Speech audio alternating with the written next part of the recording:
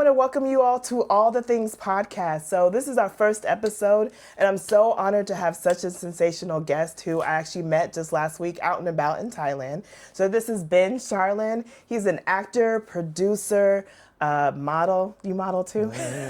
Your photos are good. You have a nice photo collection. Like you're a model. You're Instagram model qualified. But he has his own. He's an entrepreneur. He started his own production company. He's a musician. He has music out on Spotify. So just an all-around eclectic, entrepreneurial-minded person, an artist. He comes from an artistic family. So I'm really honored to have him on my first episode, also because he inspired it and just said, just do it. Just film the dang on thing. So thank you so much for being here. I'm so excited to have you. Thank you for having me. This is amazing. Thank you. And we're in my closet. So it's the best closet in Thailand, in Bangkok. Thank you. I think so. Yeah. I'm feeling that. So, and you scout venues, you know, for projects that you work on. So you've seen a lot of eclectic places. So I love your expert advice. Well, and when you can kind of consolidate having to go when you can do something in your own home. Yeah. You've solved all your problems, and it looks great. Thank you. I appreciate that. So there you go. So you have a really interesting background. You're not from Thailand, but I met you here in Thailand at an event. Yeah. But you're actually from the States. You're from California. Mm-hmm. So you grew up in California in the artist community. Like your family is artists, but you were an actor at a young age as well. Yes. Tell us about like becoming an actor and like, you know, your family embracing that and what that felt like to. Okay. When I was about 7 years old, my mom signed us up, me and her, to become super extras in the Joffrey Ballet, which is a very famous internationally touring ballet. Yeah. And so we went to San Francisco. We lived on the other side of the bay, Oakland, Berkeley, you know, that's the East Bay. Yeah. And we went to San Francisco and we just did this Joffrey Ballet experience for about a month. And it was a really big production with amazing sets and amazing costumes. You know, it was a set in Russia in like the 1800s. And I was cast as the son of an aristocrat. And my mom was cast as a peasant lady. Was she your mom in the show? No. So you had to really like... My family was like the aristocratic family. And we didn't actually even run into each other on stage because she was like over there with the peasants. And I was like, you know, in the scene, in the city, in this huge stage city scene. Yeah. And so anyways, I fell in love with the whole process of like being backstage and like being fitted for costumes and the thrill of like the moment before you get on stage and then being on stage. And we were in the Orpheum Theater, which is one of the most beautiful, big, oldest theaters in San Francisco. Wow. So that was my first stage experience, 7 years old. And my mom kind of saw that I was really excited about, like it was a good thing for me. Yeah. So she enrolled me immediately, like the next year, into the American Conservatory Theater's Young Conservatory. Yeah. The American Conservatory Theater is a great, historic conservatory in San Francisco. Yeah. It's trained a lot of great actors. And so I spent 10 years in that conservatory from 8 to 18, training, doing musical theater. And what's great is that, you know, there's the adult conservatory, and they're doing amazing main stage plays all over San Francisco. And as a kid in the Young Conservatory, you get plucked out of class and get put in all these cool adult plays, playing the kid in all these theater productions. So I became an actor. I was in high school and even in middle school, I was commuting. I remember like on my own taking the train to San Francisco to to rehearse with adults and be in these theaters and backstage, and it made me I fell in love with it. I did it for 10 years. I just love that your family was so supportive, because you hear all these stories about child actors and like their family does it, you know, for the money and things like that. So I love that your family was, you know, both your mom and dad were in the artist field, like in different dynamics. So I love that it was just, I'm sure your house was colorful. I'm sure your toys were like not normal toys. Like I felt like, you know, Christmas was probably a whole scene, and then the Oscar goes to like cut. So tell me about like that whole life at home where everyone's creative and it's just that kind of vibe. Well, I mean, I could go on for a lot for that, because my parents are art collectors. Yeah. And so my house was a beautiful 3-story brown shingle. Juliet, what's her name? Julia, anyways, architect? there's a very famous female architect that built a lot of the historic brown shingle houses in the Bay Area from the 1920s on. And it was a woman. Yeah. Julia something. We'll We lived in Google it. one of those old, beautiful Berkeley houses. My parents had beautiful stuff from Asia and the Philippines. So my friends called my house the museum. They didn't like want to mess with anything because everything looked nice. And Yeah. my parents also have a very great sense, like you, sense of style and placement. So yeah, I grew up in a very inspiring house as well. Yeah. You know, we saw the Golden Gate Bridge from our deck. Wow. The sun would set over the Golden Gate Bridge. It was really a beautiful, the East Bay, Berkeley. I always say people, a great place to grow up, great place to raise kids. A liberal, intellectual, creative community. A lot of authors and professors historically live there. Nice. A city of open thought. Yeah. And so anyways, it was a great place to grow up. Yeah. Oh, and tons of nature.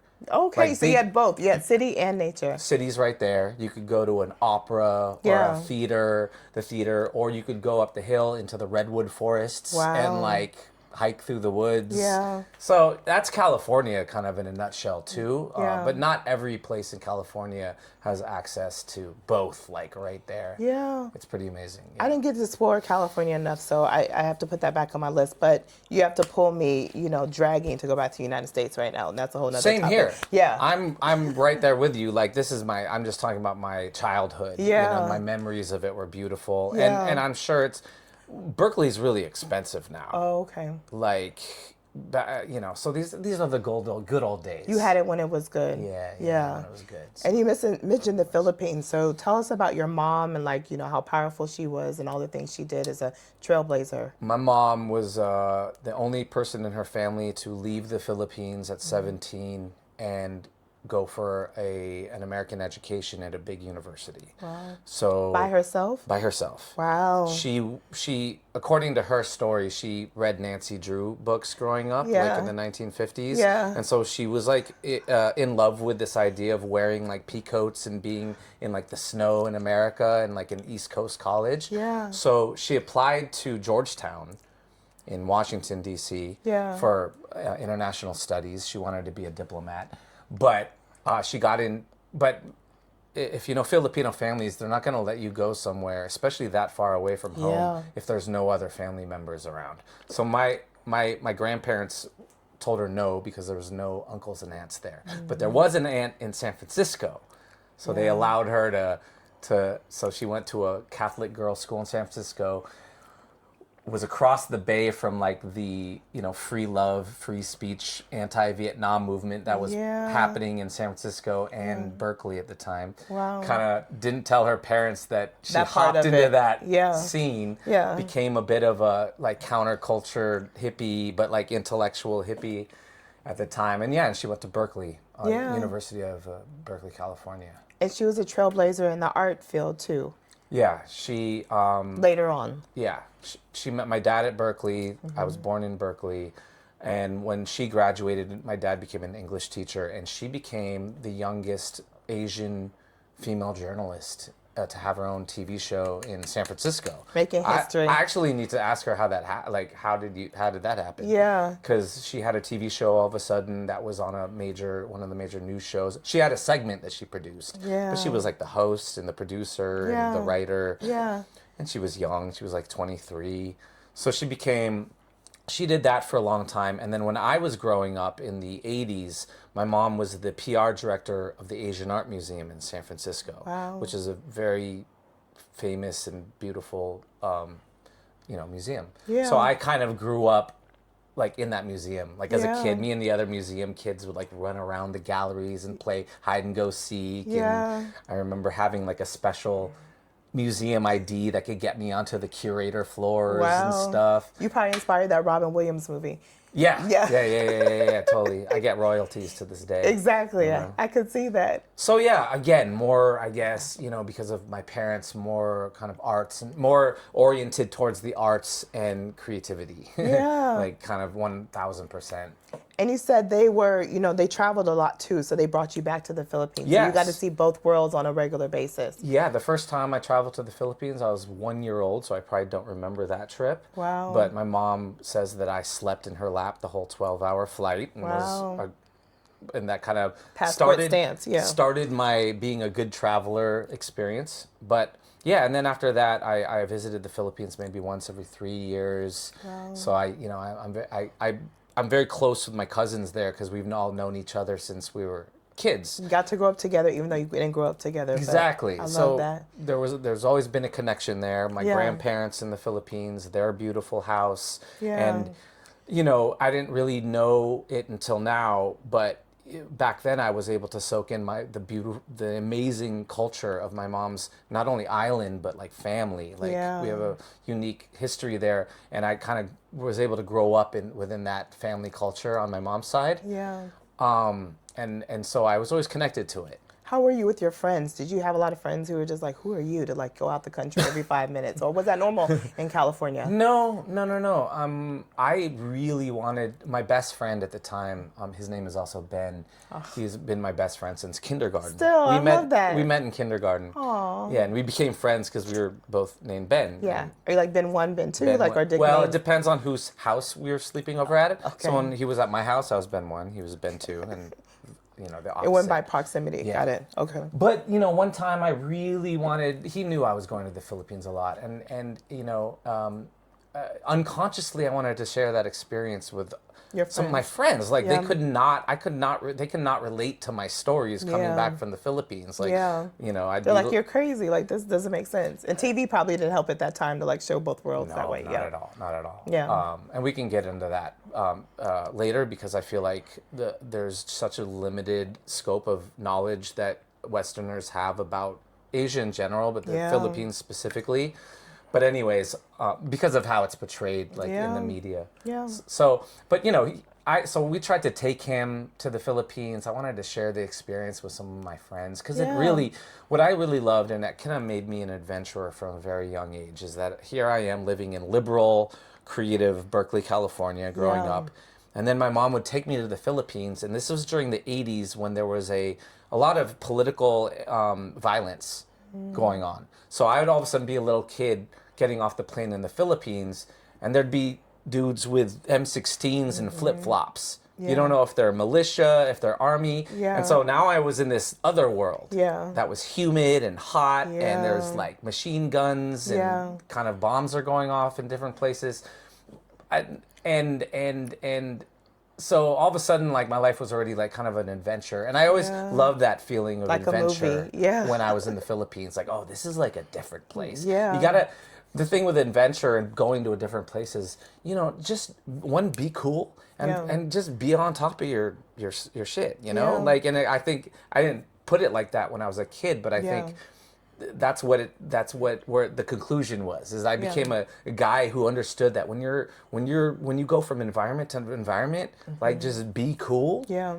and like just be on top of yourself. You could read the room and like feel energy. Yeah, better. like read the room, like be cool. Yeah. And that has also throughout my life has opened all the doors when I travel, created so many relationships and connections with Yeah. absolutely everybody from every corner and every demographic. Yeah. So yeah. Networking events too, probably. Like you just know how to navigate the room, like because you just know how to navigate different countries too. Yeah. Yeah. I mean, I think so. Yeah. There's always room for improvement. Yeah. We all have our issues. But some as people well. like are petrified by like opening up, and I think travel kind of makes you a little bit more open. You can go to dinner by yourself. You'll go to a museum by yourself. You don't have to like Oh man. hold back on life, what a lot of people do. Well, I always say, I mean, we talked about this off camera, but like Yeah. I'm an only child, and then I was blessed to grow up in a creative family and Yeah. to be able to travel internationally from a young age. And I continue to have adventures on my own. I'm really good on my own. Yeah. I'm probably a lot happier like when I don't like to travel in groups actually because I don't want to Yeah. be beholden to like what other people want to do. Just go with the flow. Because I yeah. know that my own journey is going to be the ultimate Yeah, adventure. yeah. And whenever I'm with other people and their decisions and their energy kind of like Yeah. mess my adventure up. Every So- trip I did with other people, I regretted it because it was Right? just like they want to sleep in. I'm hungry, and I'm like all these things like, no, you can't go without me, and I'm like, Like, I don't want to carry Yeah, anybody. like I want to walk down that alleyway, and then Like, if I'm with, turn left, let's just go left. If someone I'm with is like, oh, I don't want to go down that yeah, alleyway, it looks be like, sketchy. They look scary. "Oh." Like, it's getting dark now. Like, Yeah. oh my God. So yeah, Yeah. Killing the vibe. So I basically have come to the conclusion that, I've been on a lifelong, amazing date with myself. Yeah. Like, which, I don't know if we'll talk about this or not, which is, there's a happiness and it's like I'm so inspired when I'm on my own, because inspiring things like always happen. Yeah. But then there's also like a bit of a loneliness involved to that. Like, is this all for me? Like, is this not to be shared with another person? All these amazing views and vistas and adventures I'm having. I can relate to that, because either you settle and someone slows you down and then you don't have all these adventures because you're trying to mirror the energy of someone, or you just do it by yourself and manifest someone who's just like, okay, yeah, let's do it. And that's hard with someone who's just open or has that career where they can say, okay, let's hop on a plane and just go somewhere. So I get it. Well, I mean, that's the hardest thing in this world, right? Is to find your match, match that energy where it just works perfectly. Nothing is perfect. But maybe they can stay home and you go do the thing and come back too. So that might be better too. You know what? I'll talk to a therapist about that. Like, finding the right the type of way that I live and want to live. I mean, at this point, like, freedom is my priority. Freedom to think, freedom to create, freedom to imagine, freedom to explore.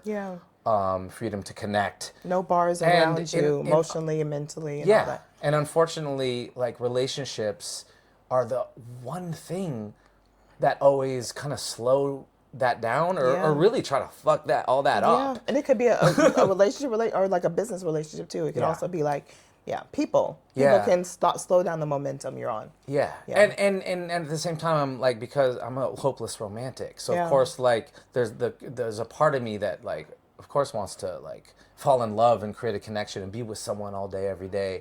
But you need someone to hold the camera too. Hold the camera? No, I do that on my own. I just did a photo shoot. You did? I went to MoCA yesterday, which is the Museum of Contemporary. I was like, where is MoCA? Yes. Museum of Contemporary Art here in Bangkok. Beautiful building. Contemporary art museums, and I grew up in a museum, so I love museums. But they're always beautiful and they're always inspirational. And for me, there's just a million, like, corners to tell a visual story.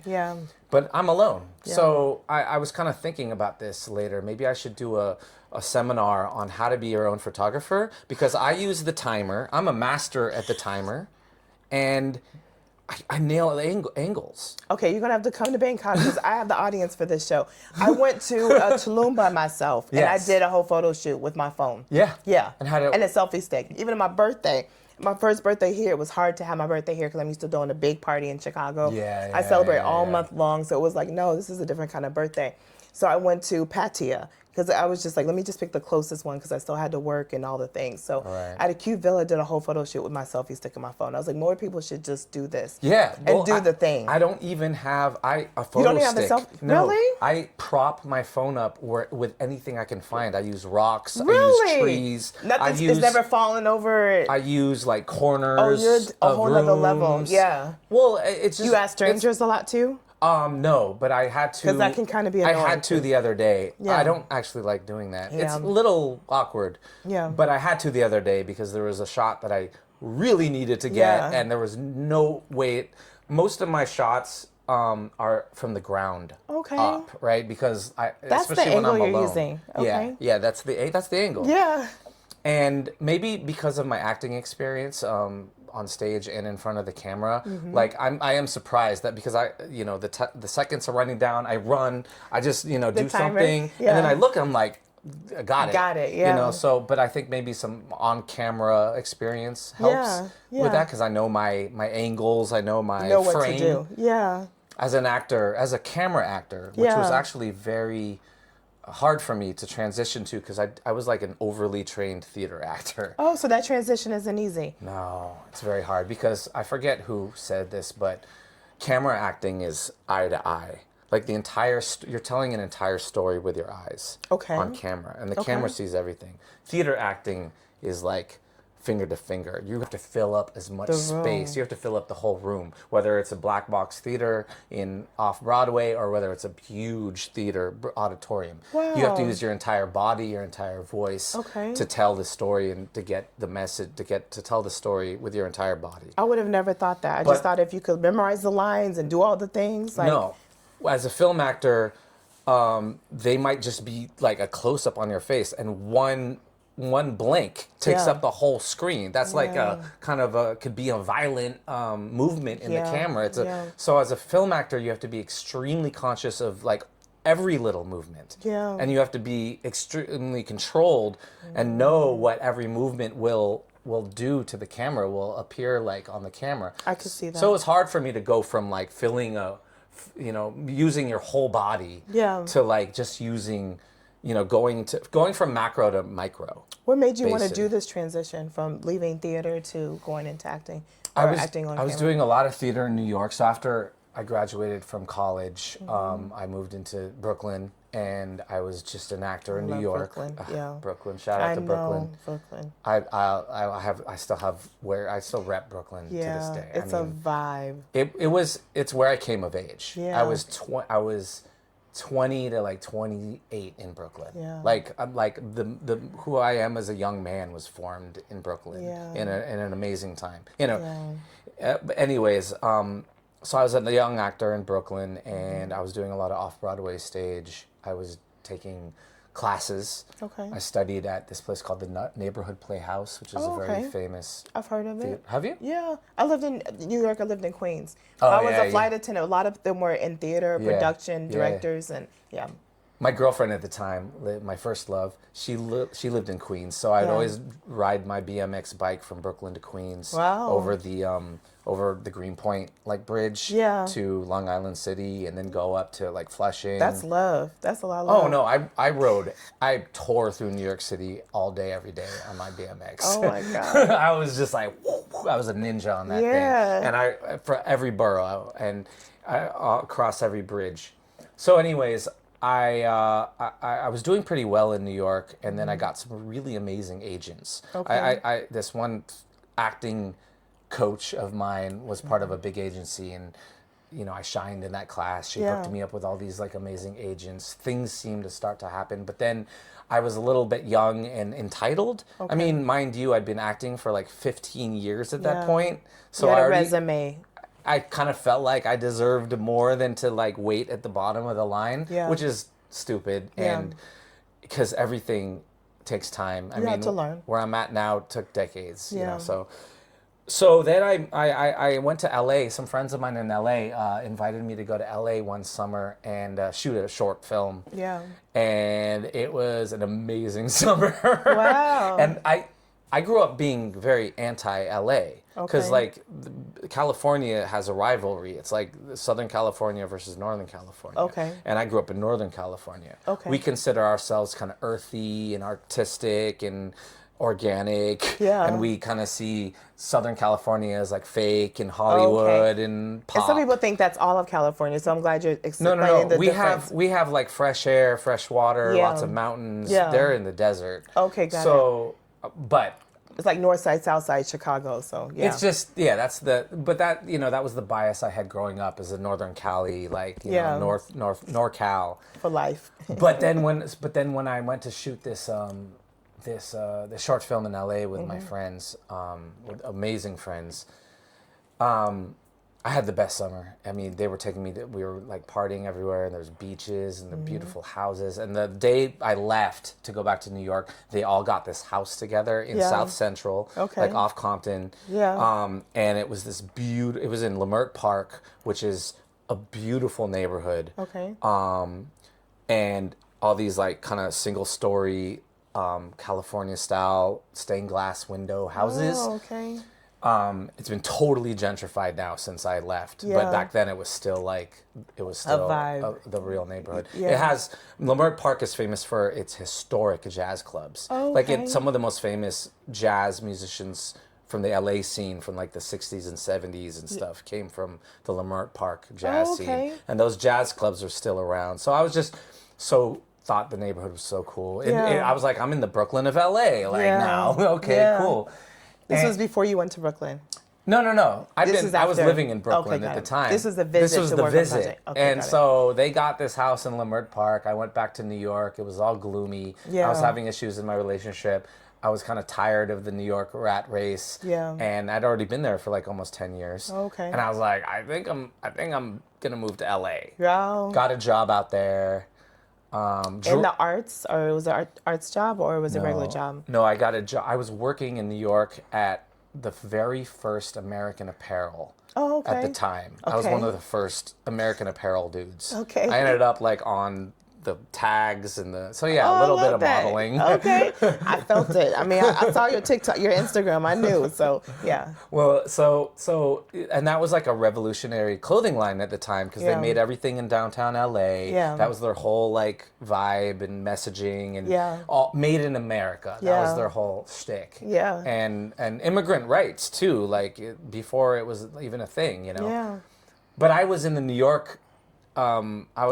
York scene, Okay. right? And then when I decided I was going to move to LA, the woman who hired me was like the regional manager. And I Okay. was like, she hooked me up with the main factory in Wow. LA. And all of a sudden, they just told me I had a job waiting for me if I wanted Nice. it Yeah. in LA at the main factory. And Yeah. at that time, the main factory in LA was like this storied location. It was like the Wizard of Oz, where the Wizard of Oz lives. Wow. You know? So When they made it in America, so they were still making it in America. yeah, in downtown LA, in this like really famous. Look it up on YouTube and Google. It's this, Yeah. they took over this huge warehouse in downtown LA. It Yeah. said American Apparel on it, and it was like legendary. Like Yeah. because it wasn't just a clothing line. There was like a youth culture revolution going Okay. on too. So it was like it's all controversial now, but Yeah. like it was all kind of not models. Like it wasn't pictures of models. It was pictures of just regular Everyday people. people wearing girls wearing American Apparel. Yeah. Now this guy would go down like Epstein, and he did kind of. The things you know from behind the scenes. Yeah, behind the scenes. So I moved out to LA. I had a job. Okay, everybody. 3 things you need. 3 or 4 things you need if you're going to move to LA. You need a Yes. job. You need a car, and you need a place to live. Yeah. Or else you're kind of screwed. It's not happening. Because I know people who move to LA with 1 or 2 of those things that they think they're gonna figure out the next thing. Once they get LA there. is a very spread out place. Yeah. If you don't already have like some direction within yourself personally Yeah. and know what the city's kind of about, you're gonna get lost in the wrong place. Okay. And that's why a lot of people Turn the wrong have corner. a bad opinion about LA because Yeah. they never really discovered themselves in LA. Yeah. And they got lost in LA. And there's a lot of darkness in LA too, just like Yeah. everywhere. Yeah. Chicago, you turned down the wrong street. Exactly. Yeah. But not just that. It's like Hollywood's in LA, and there's like a lot of amazing things about Hollywood, Yeah. and there's the whole dark side of Hollywood. Yeah. So a lot of people fall into like the wrong users, Yeah. vampires I call Yeah. them, creative vampires. So. Yeah. But I had all 3. I had the Yeah. trifecta. I had like an amazing group of friends Yeah. who were like killing it in the underground music scene in LA. I had this house that they said I could live in, which was in a real neighborhood, not in Yeah. Hollywood or Yeah. like just one of the faker neighborhoods or established neighborhoods. Yeah. A neighborhood with culture, you know? Yeah. And I drove my car Yeah. from Brooklyn to LA by myself. How long was that? 14? That took about 3 or 4 days. So it's more than 14 hours. That's 20. That's a lot. Well, From it's one end to the other. 3,000 miles. So, and I've done it 5 times for different reasons. And you can take as little or as long as you want. America's that's a a lot very to see. big, deserts, mountains, Yeah. the You Midwest. covered everything. You know, I've driven from Seattle to Boston, Yeah. which is the whole north, which is like Minnesota, Michigan, Chicago. Yeah. You And had to go to Chicago. I had an aunt in Chicago, so Okay. I always stopped there and, Yeah. and saw her. You said she was on the north side. Yeah, I think so. I think you said uptown. I don't remember. It's I was okay. like Close young enough. when I would visit, and she lived in a nice place near the Frank Lloyd Wright Museum, I think. Oh, okay. Because I went to the Frank Lloyd Wright Museum, I remember. I think that's north. I know what some of the houses. Yeah, I Yeah. think that's north. Yeah, but I mean, I went to the South last time I was there. Yeah, I told you you had about to see that. you had to see all the sides. I got all the sides. Yeah. I love Chicago. So let's talk about Philippines more because you are now living in the Philippines. So when did you know it was time to like leave America and like go live outside the country? Especially with your career that like could be questionable, like how you could thrive better maybe in the U.S. Maybe you can thrive better in the Philippines, but like making all those decisions to like leave the country. Yeah, I guess, we should stick on this topic for the rest because I think Asia is the place to be. Yeah. Like 1,000%. And I think a Yeah. lot of people from the West don't know or How good it is. understand not only how good it is, but like they just don't know anything about it. I always say that Westerners have a CNN version of the Philippines in their mind. Poverty, Yeah. political corruption, and natural disasters. And that's all they think is there. Or Nana. Or Nana. Yeah. Yeah, sex tourism. Yeah. Right. And same Yeah. with Thailand. So Yeah. Thailand has the same like reputation. Yeah. But then you don't realize that like, and I knew this from a young age traveling internationally, whatever they usually say, especially if it's like that, like confined, like, oh, that place is these three things. It's usually never like that at all. Like, no, that like place. Chicago, they're just gonna go and shoot all Yeah. the time. Like that's the only thing that happens. There's nothing else. Yeah. A place has everything that a place has, which Yeah. is like all sorts of other things, Yeah. like amazing restaurants Yeah. and neighborhoods and culture and artists and Beautiful landscape. filmmakers and Yeah. landscapes and cities Yeah. and countrysides. So Yeah. so I moved to the Philippines, and part of my advocacy is to kind of like preach that message, like because I think more and more people are gonna try to figure out a different place to live. Things are soon. changing. Yeah. Unfortunately, I think some people don't have the opportunity to. A lot of people I know, said that they would move out of America. They want to move out of America, Yeah. but unfortunately, like how? Like Yeah. again, like more than moving to LA, you need to figure that out, like Yeah. a job, a place to live. Yeah. I mean, how did you figure all that out? Well, I mean, speaking to other people, a lot of people say their family, their grandkids, their older parents, and things like that are holding them down too. Oh, Not okay. just a Cool. job, Yes, like worried about family. leaving family members that may not And their whole survive without community. them. Yeah. Yeah. So it was like pretty much God. God was my guide. It was like being a flight attendant and had traveled. I was always running to the islands. But I did the islands that were, like when I was in New York, I did the islands that were close. So I did the Belize, Trinidad, St. Lucia. I like did quick runs because I was doing solo trips. So I felt safe where I could get back real quick. But Thailand and going to Europe and all that was on my map. But it was just like, ooh, that's so far. Yeah. Just in case something happens, like it's harder to get back. So Yeah. Thailand had been on my list for a long time. It was actually my screensaver for years, and I didn't even cool. realize the Kona Beach. Yeah. Is it Kona? Yeah, I forget but everyone knows the mountain pictures. But it just was clear when I had all these mishaps in my life. I was just like, it's time to go. Yeah. There's nothing holding me back. And I was in a relationship and lifing in Chicago, but I always missed that travel side to just hop in a plane and go. So I felt like I was missing that side of what it gives you as creatively, also meeting people and just being like having these sensational stories where you just, turn left and you're by yourself and now you're at someone's house. Yeah, now eating you're at their place and like, having the best time of your life. Like, random, I miss that serendipity and all that kind of life. So Adventure. I miss that adventure. That's my ethos is adventure. Yeah. Adventure a day keeps the doctor away for me. And travel is just one of those things that does it. And it blows my mind how many people just keep spinning around in a circle of reality TV or whatever. Go home, come to work, watch TV, get up, go to bed, like the same routine, and not see the more and not see the beauty, not see the possibilities. I didn't like being around people who were like saying it for years. I want to go to Cabo. I want to.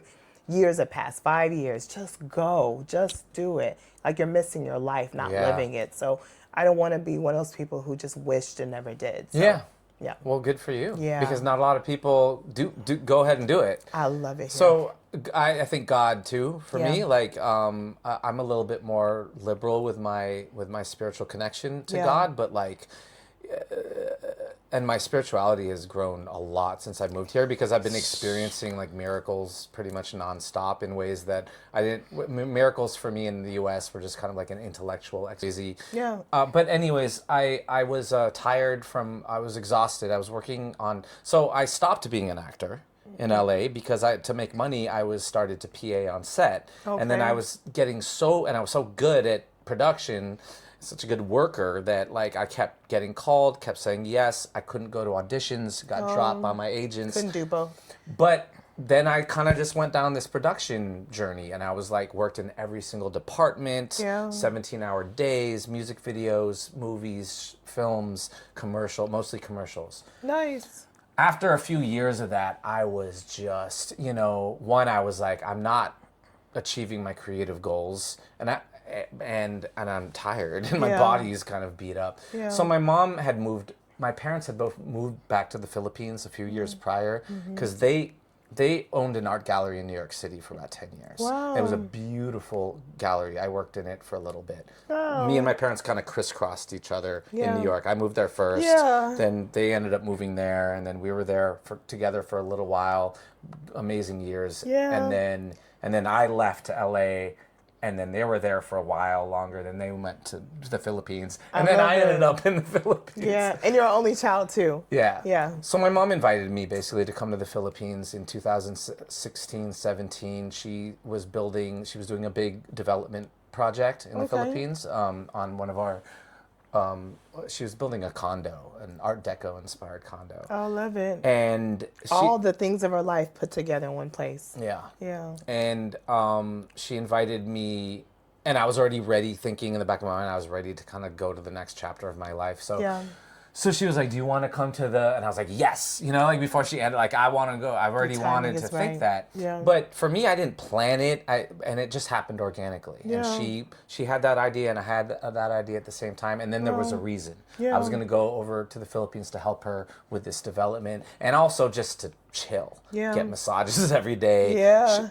We have these That beautiful... part. $20 USD here. Like, how much were you paying for like an hour in Philippines? Oh, like $6. I get 3 massages like a day. Oh my gosh. I haven't found those here yet, but I heard they One exist. of my other main things to move to the Philippines is my nervous system was shot after kind of like, being in New York for 10 years, and then the production in LA for 10 years. Yeah.